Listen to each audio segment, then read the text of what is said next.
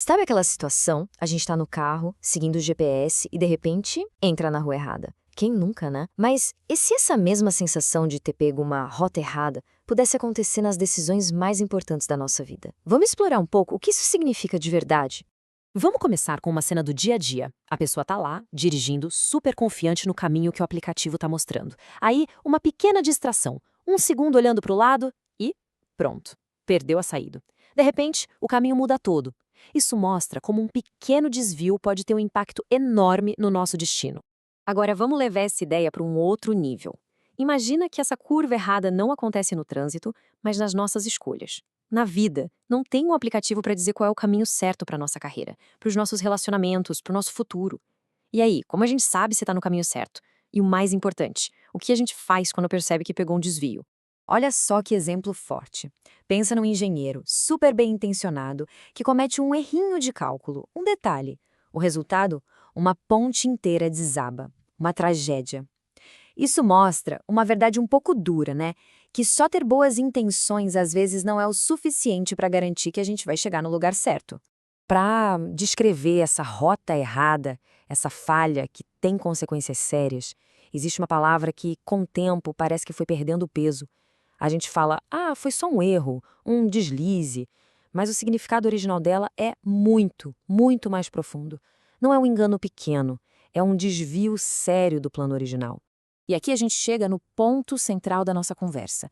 Pela definição teológica que estamos analisando, a palavra para esse desvio sério é pecado. E pecado, veja bem, não é só um erro ou um deslize qualquer. É especificamente quebrar a lei de Deus. É um afastamento consciente do caminho que ele traçou. E essa definição muda tudo. De repente, não estamos mais falando de quebrar uma regra fria escrita num livro antigo. Estamos falando de relacionamento. Pecar nesse sentido é quebrar a confiança. É como uma traição ao amor daquele que mais nos ama, o nosso Criador. A coisa fica bem mais pessoal, né? Isso nos leva a uma pergunta que parece não ter muita lógica, um paradoxo mesmo. Se o projeto original de tudo era perfeição, como foi que surgiu a primeira rota errada? De onde veio a possibilidade de errar o caminho se tudo começou perfeito? A resposta que a narrativa bíblica nos dá é, no mínimo, surpreendente. A origem da rota errada não começou aqui na Terra com a gente. A primeira escolha de se desviar do caminho certo aconteceu muito antes, num plano celestial. Para a gente entender melhor, vamos dividir essa história em 4 passos. Primeiro, a rebelião. Um anjo muito poderoso chamado Lúcifer escolheu ir contra Deus. Segundo passo, a expulsão. Como consequência, ele e os anjos que o seguiram foram expulsos do céu.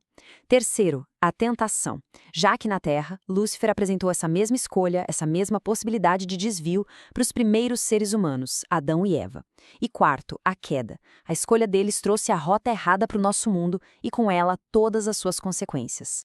E como a gente pode imaginar, essa primeira rota errada não foi um probleminha qualquer.